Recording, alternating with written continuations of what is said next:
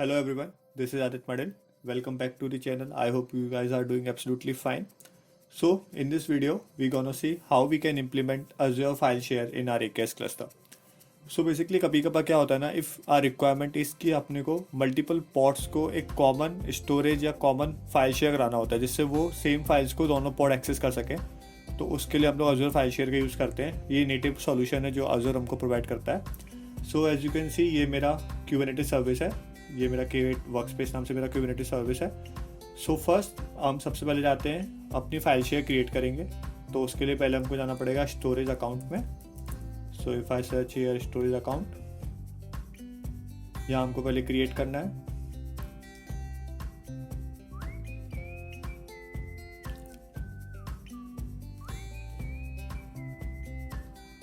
Here we resource group, so I'll choose the resource group learning here. We need to give the file share name, so storage name basically. So we can give it file share testing. We cannot use hyphen here, so only file share testing. Oh, that is also not available. File share, yeah, this is available. File share mark 1. Okay, reason we select is US East 2. Here performance we need to go to premium, and here in the premium account tab we need to select file share here. Okay, after that no need to change any other things, just review and create. So it is running the validation, so validation is passed. So in some time our storage account will get created. So if you don't know, file share या blob storage any other type of storage, उनके लिए वो top हमको उनके top के लिए हमको एक स्टोरेज अकाउंट चाहिए होता है. उसके अंदर हम अपनी डिफरेंट टाइप्स के कंटेनर्स या फाइल शेयर जो वॉल्यूम्स होते हैं वो बना सकते हैं बेसिकली, स्टोरेज टाइप बेसिकली. सो ये हमारा स्टोरेज अकाउंट क्रिएट हो रहा है. तो ये हमारा स्टोरेज अकाउंट क्रिएट हो गया. तो ये हम गो टू रिसोर्स पे जाते हैं. Here we need to go to file share, और यहाँ पे हम अपना पहला फाइल शेयर क्रिएट करेंगे. So name it file share mark 1. Just similar we give to storage account also. हाँ, here is the protocol. So basically file share में हमारे पास दो टाइप्स के प्रोटोकॉल होते हैं. One is your SMB, other is your NFS. So basically most of the हम लोग SMB use करते हैं because NFS जो है वो अभी प्रीव्यू स्टेट में है, तो Azure भी सपोर्ट नहीं करता फुली तरीके से. तो हम लोग यहाँ भी SMB को सिलेक्ट करते हैं, तो यहाँ हम क्रिएट करते हैं. तो ये हमारा फाइल शेयर यहाँ पे क्रिएट हो गया एक फाइल शेयर मार्क 1 करके. सो बेसिकली हमारे पास अपना फाइल शेयर मिल गया. अब हमको इसको अपने एक AKS क्लस्टर के पॉड के अंदर मैप करना है. तो सबसे पहले अपने क्लस्टर में जाते हैं अपन. यहाँ अपन क्लाउड शेल ओपन करते हैं, और यहाँ मैं ऑलरेडी लॉग इन हूँ हमारे क्लस्टर में. So if I type kubectl get nodes, so here you can see हमारे पास एक लाइनक्स की नोड है. If I type -o wide, so yeah we can see कि हमारे पास एक Ubuntu 18 के अंदर OS इमेज है, और ये हमारे पास एक नोड का क्लस्टर है. ओके, नाउ फर्स्ट ये मैंने एक यहाँ पे एक गिटहब रेपो बना रखा है ऑलरेडी, जिसमें मैं इसको डिस्क्रिप्शन में दे दूंगा, आप लोग इसको रेफर कर सकते हैं. तो बेसिकली इसमें 3 फाइल्स हैं अपने पास. One is our persistent volume file जो कि हमारे फाइल शेयर को पॉइंट करेगी. Another is a persistent volume claim file, जो कि बेसिकली क्या होता है, हम परसिस्टेंट वॉल्यूम क्लेम करते हैं, फिर परसिस्टेंट वॉल्यूम बना के रखते हैं, फिर हम लोग परसिस्टेंट वॉल्यूम क्लेम के थ्रू उस परसिस्टेंट वॉल्यूम को अटैच करते हैं. और एक हमारी जो टेस्ट डिप्लॉयमेंट फाइल है जो कि यूज़ करेगी हमारा क्लेम परसिस्टेंट वॉल्यूम क्लेम को.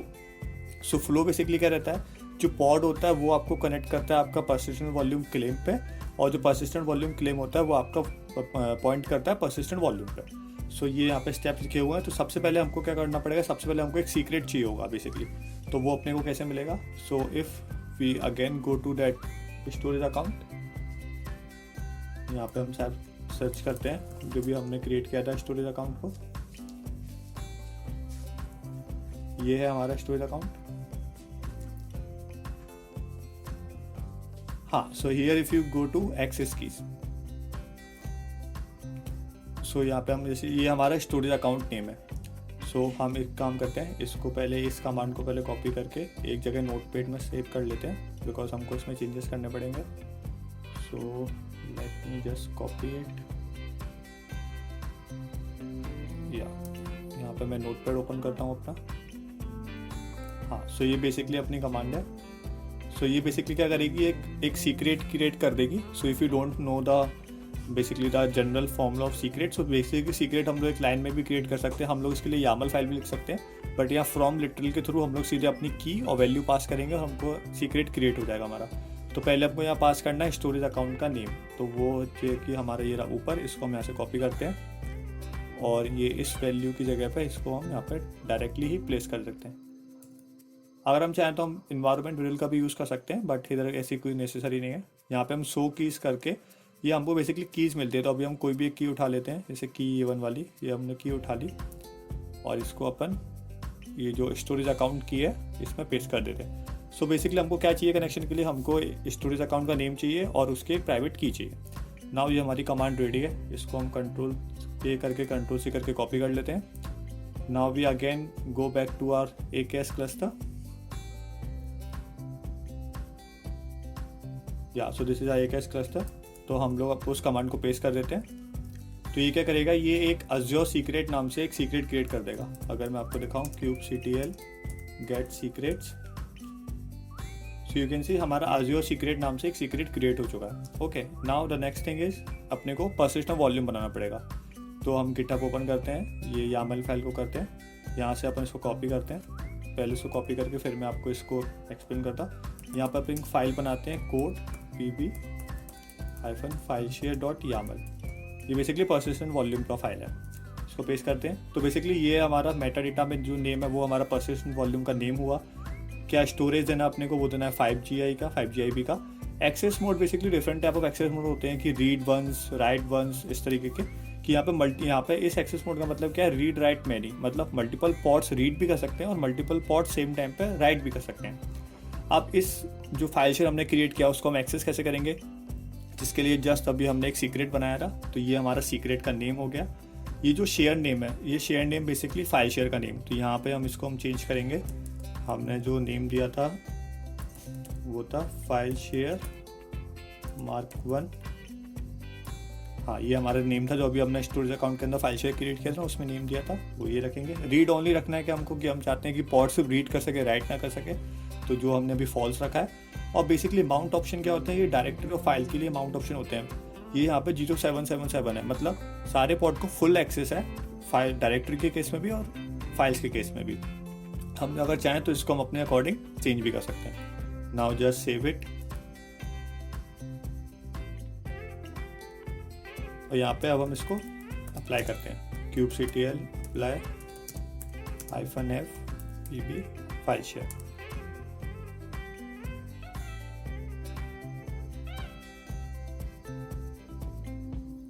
तो यहाँ पे हमारा एक persistent वॉल्यूम क्रिएट हो गया है. If I show you kubectl get pb which is a short form of persistent volume. तो here you can see Azure file का हमारा एक persistent वॉल्यूम क्रिएट हो गया है.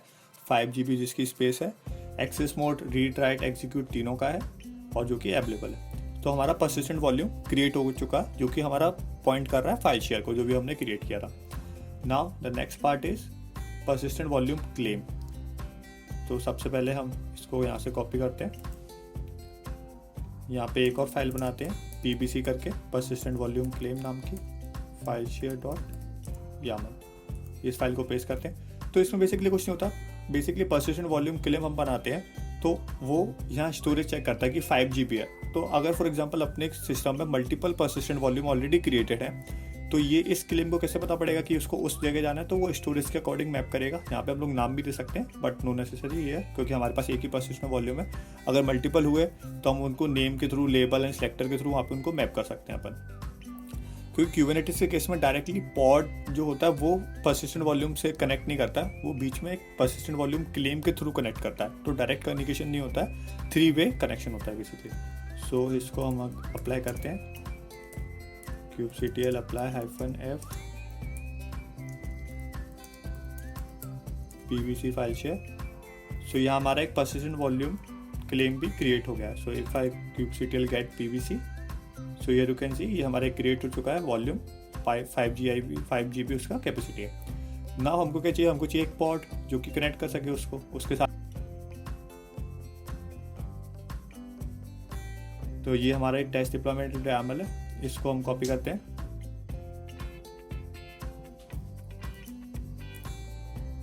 यहाँ पे हम एक नई फाइल बनाते हैं,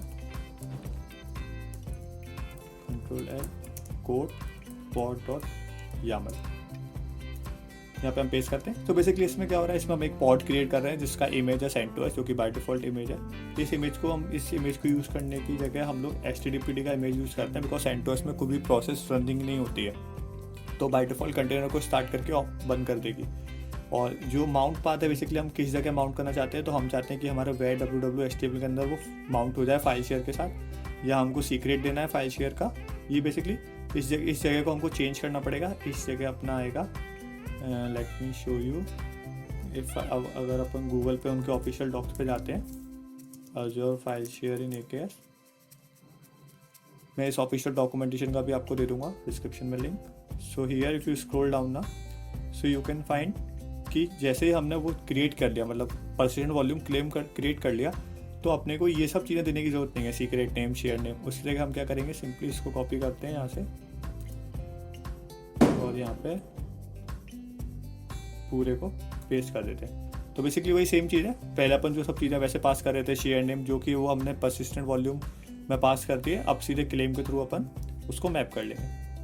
और जो मैप का पाथ दिया है अपन ने, वो दिया है where www HTML। Okay, so now इसको हम क्लोज करते हैं, इस पॉड को हम क्रिएट करते हैं, apply app-f.yaml। अगर हम करें अभी kubectl get pods, kubectl get pods, हाँ, सो अभी आप देखेंगे कि हमारा पॉड रनिंग हो गया। ओके, नाउ हम लोग क्या करते हैं, अब हम उस पॉड के अंदर जाते हैं और कोई फाइल या कोई डायरेक्टरीज बनाते हैं। ओके, सो kubectl अंदर जाने की कमांड है execute-it, पॉड का नेम mypod /bin/bash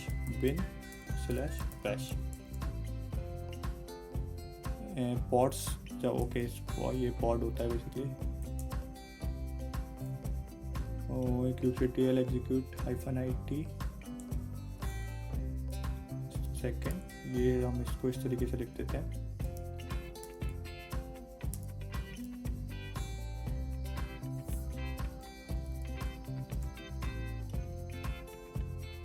हाँ, सो अभी हम अपने उस पॉड के अंदर आ गए। उस पॉड में अभी एक ही कंटेनर चल रहा था, तो बाय डिफॉल्ट हम उस पॉड के अंदर जो कंटेनर चल रहा था उसके अंदर आ गए हैं। अगर उसमें मल्टीपल कंटेनर चल रहे होते तो यहाँ पे जैसे हमने पॉड स्पेसिफाई किया है, वहाँ से वैसे अपन -c करके कंटेनर भी स्पेसिफाई कर देते हैं।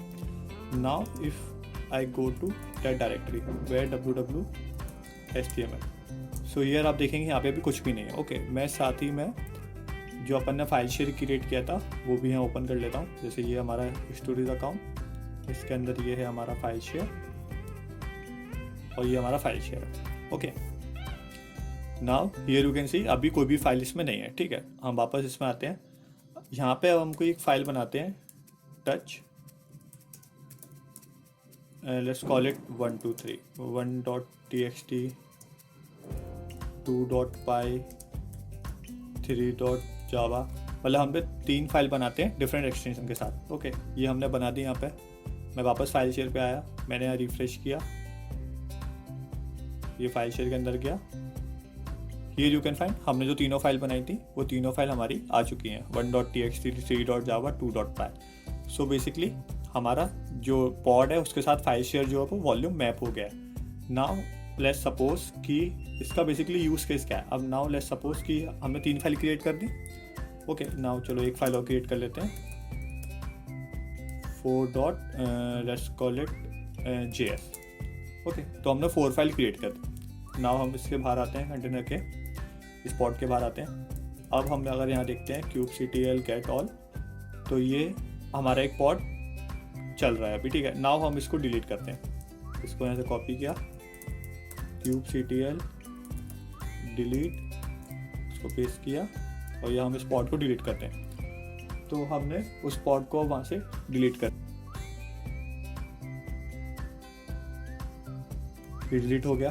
अगर हम जाते हैं kubectl get all पे, सो यू कैन फाइंड कि अभी यहाँ पे कोई भी हमारा पॉड नहीं चल रहा है, सिर्फ हमारी जो बाय डिफॉल्ट सर्विस आती है वही चल रही है। बट अगर मैं अपने फाइल शेयर पे जाता हूँ, वापस फाइल शेयर पे आता हूँ, इसको यहाँ रिफ्रेश करता हूँ,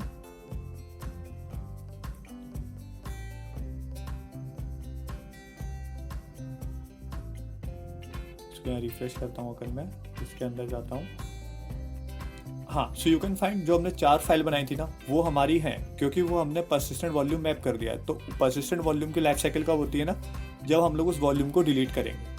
तो यही डिफरेंस होता है वॉल्यूम और परसिस्टेंट वॉल्यूम में। अगर आप सिर्फ नॉर्मल वॉल्यूम क्रिएट करते हैं तो जैसे आपका पॉड क्रैश होता है या पॉड डिलीट होता है तो वो वॉल्यूम भी डिलीट हो जाता है। बट आपने परसिस्टेंट वॉल्यूम डिलीट किया है तो आपका अगर पॉड भी डिलीट हो गया बट आपका जो वॉल्यूम है वो आपकी उसके अंदर जो डेटा है वो आपका सेफली स्टोर है। बेसिकली जैसे हमारी जो 4 फाइल्स हैं वो यहाँ पे ऑलरेडी प्रेजेंट है, भले ही हमारा जो पॉड है वो डिलीट हो चुका है। नाउ अब क्या करते हैं, अब हम लोग एक नया पॉड क्रिएट करते हैं। फिर से हम वापस उस pod.yaml में आते हैं, नया पॉड क्रिएट करते हैं। माई पॉड की जगह इसको नाम देते हैं हम mypod2, mypod-2। ओके, कंट्रोलर्स करते हैं। वॉल्यूम अभी भी हमारा माउंट पास सेम है, ठीक है, वह www.html, और ये हमारा एक नया कंटेनर बन रहा है। इसका मतलब जैसे हमने पहले फाइल क्रिएट की थी इसमें बाय डिफ़ॉल्ट कोई भी फाइल क्रिएट नहीं होगी उस डायरेक्टरी में, वो डायरेक्टरी एम्प्टी होगी। बट अगर मैं उसके अंदर जाता हूँ, वो उसको फिर से अप्लाई करता हूँ, ये हमारा mypod2 क्रिएट हो गया। मैं इसके अंदर जाता हूँ, यहाँ पे हम चेंज कर देंगे mypod से mypod2 पे। हम एक उसके पॉड के अंदर कंटेनर के अंदर आ गए। अब अगर मैं यहाँ जाता हूँ cd www.html में और यहाँ ls करता हूँ, सो यू कैन फाइंड वो चारों फाइल हमारी ऑलरेडी प्रेजेंट है, बिकॉज वो हमारी जो फाइल शेयर है उसमें ऑलरेडी प्रेजेंट थी उस वॉल्यूम में, और वही वॉल्यूम हमने इस पॉड में मैप किया है। तो वो चारों फाइल यहाँ ऑलरेडी प्रेजेंट है। नाउ अब हम क्या करते हैं, हम इस फाइल को थोड़ा चेंज करते हैं। हम चेंज करते हैं, यहाँ पे हम लिखते हैं echo from pod2 और इसको हम डाल देते हैं 1.txt में।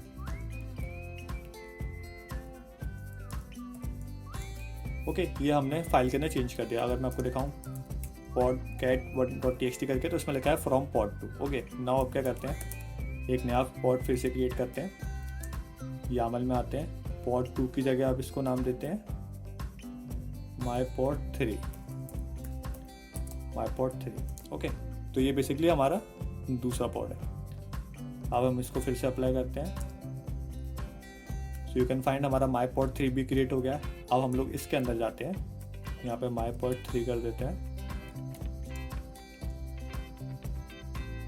हाँ, if we go to this directory www.html ls, हम यहाँ करता हूँ cat1.txt। सो या यू कैन फाइंड कि बेसिकली ये लोग कॉमन वॉल्यूम अब शेयर कर रहे हैं।